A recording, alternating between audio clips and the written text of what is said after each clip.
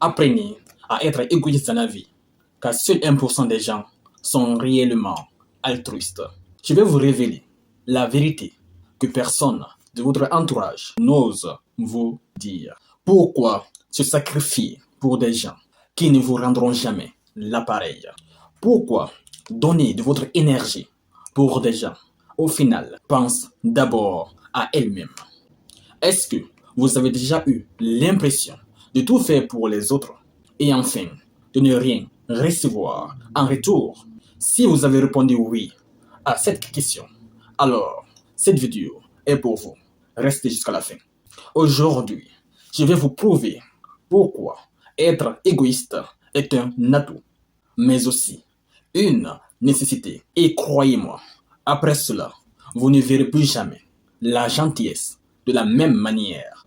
En premier lieu, nous allons parler de pourquoi l'égoïsme est une force cachée. Avez-vous déjà remarqué que les personnes les plus influentes ne sont pas celles qui passent leur temps à plaire aux autres? Pourquoi ceux qui réussissent imposent leur vision au lieu de se plier en quatre à celle des autres? La réponse à cette question est simple. Ils utilisent une arme puissante qui s'appelle l'égoïsme bien placé. Des études en psychologie sociale montrent que les individus qui se concentrent d'abord sur leurs propres besoins et ambitions ont plus de chances d'atteindre leurs objectifs dans la vie. En d'autres termes, penser à soi d'abord permet d'aider les autres ensuite. Pour prouver mes dires, je vais vous raconter une petite anecdote de Steve Jobs, l'un des hommes les plus riches au monde. Steve Jobs, connu pour ses approches sans compromis, n'a jamais cherché à plaire à tout le monde. Son obsession pour la perfection et son refus de faire des compromis a fait de son entreprise Apple l'une des plus puissantes et des plus influentes au monde.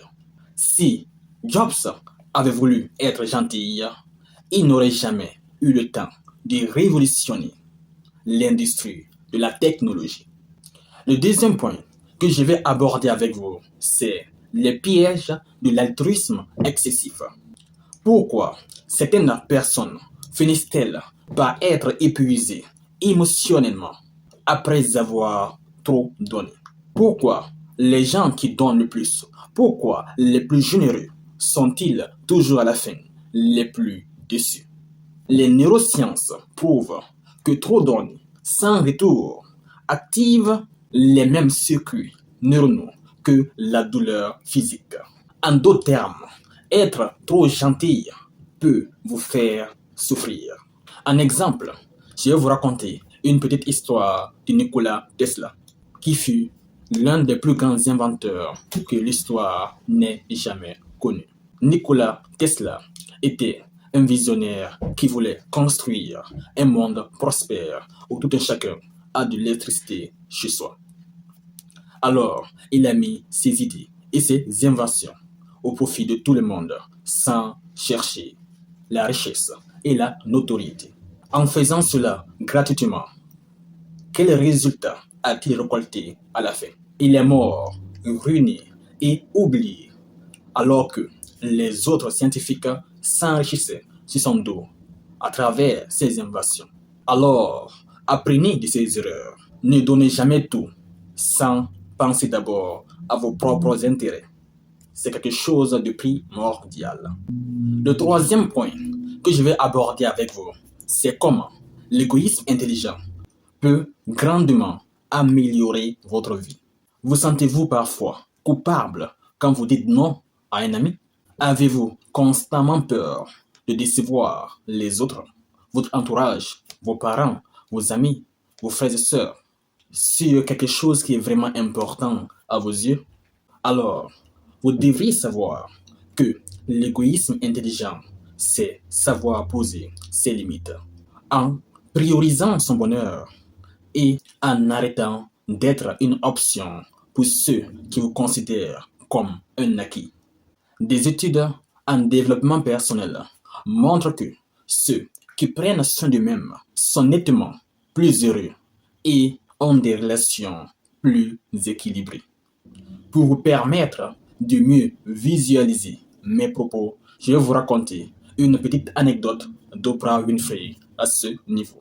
Oprah Winfrey, qui fut l'une des femmes noires les plus célèbres de l'humanité et l'une des femmes rares qui fut milliardaire en dollars, à ses débuts, cherchait constamment à se faire plaire des autres, jusqu'au moment où il a décidé de ne faire que ce qui résonnait avec elle, ses valeurs, sa vision. Le résultat fut drastique.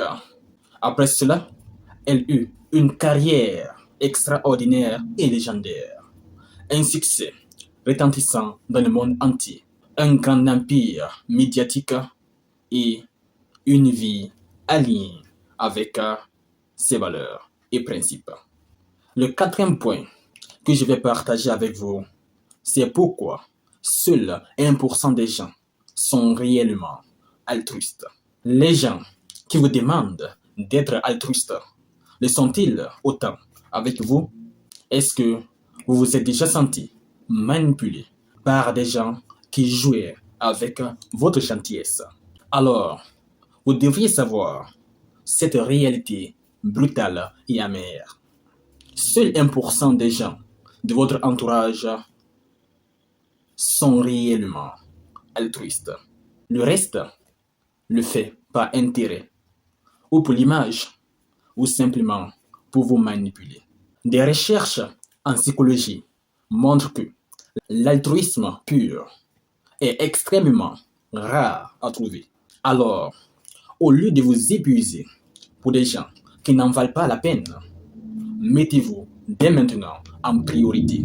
Pour mieux vous illustrer ce contexte, je vais encore vous raconter une petite anecdote de Jeff Bezos. Pendant plusieurs années, Jeff Bezos a été longuement critiqué pour ses choix radicaux. Pourtant, c'est son focus sur Amazon et sa vision qui l'ont mené au sommet du monde. S'il avait essayé de plaire à tout le monde, il n'aurait jamais pu arriver à conquérir le cœur de millions de gens à travers le monde et inscrire son nom dans l'histoire à tout jamais.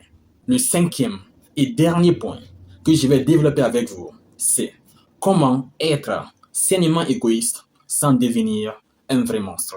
Vous devriez être égoïste, oui, mais ne faites pas l'erreur de tomber dans l'extrême non plus. Vous devriez apprendre à être respecté sans être haï. La clé, c'est de trouver l'équilibre, le juste milieu.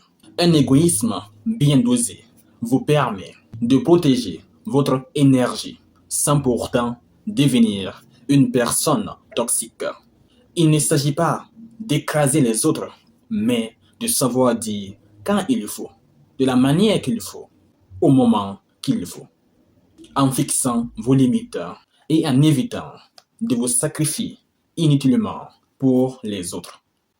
Pour mieux illustrer mes propos, je vais vous raconter une petite histoire d'Elon Musk, le fondateur de Tesla, qui est actuellement l'un des hommes les plus riches au monde. Elon Musk est souvent perçu comme un homme arrogant et égoïste, mais c'est aussi un visionnaire, un grand homme, un homme qui a su révolutionner la technologie. Il a su très tôt que pour changer le monde, il doit être focalisé sur sa mission de vie, même si cela ne plaira certainement pas à tout le monde. Et aujourd'hui, il fait partie des hommes les plus puissants qui redéfinissent l'avenir de l'humanité. En définitive, j'aimerais vous dire que vous devriez accepter d'être égoïste dans le but de prendre votre réelle place dans ce monde plein de compétition, d'obstacles et de difficultés. Si vous avez retenu une chose aujourd'hui, c'est que vous devriez passer en priorité avant les autres. Car ceux qui réussissent dans la vie ne s'excusent pas d'être ambitieux, ne cherchent pas constamment l'approbation des autres et ne sacrifient pas leur bonheur pour plaire à leurs amis ou à leurs entourages. ou encore à de simples inconnus. Alors, êtes-vous prêt à reprendre le contrôle de votre vie? Dites-moi en commentaire si vous avez déjà ressenti le besoin d'être plus égoïste dans la vie et quelles actions vous allez prendre à partir d'aujourd'hui. Et surtout, n'oubliez pas de liker, de commenter et de partager cette vidéo. À plus.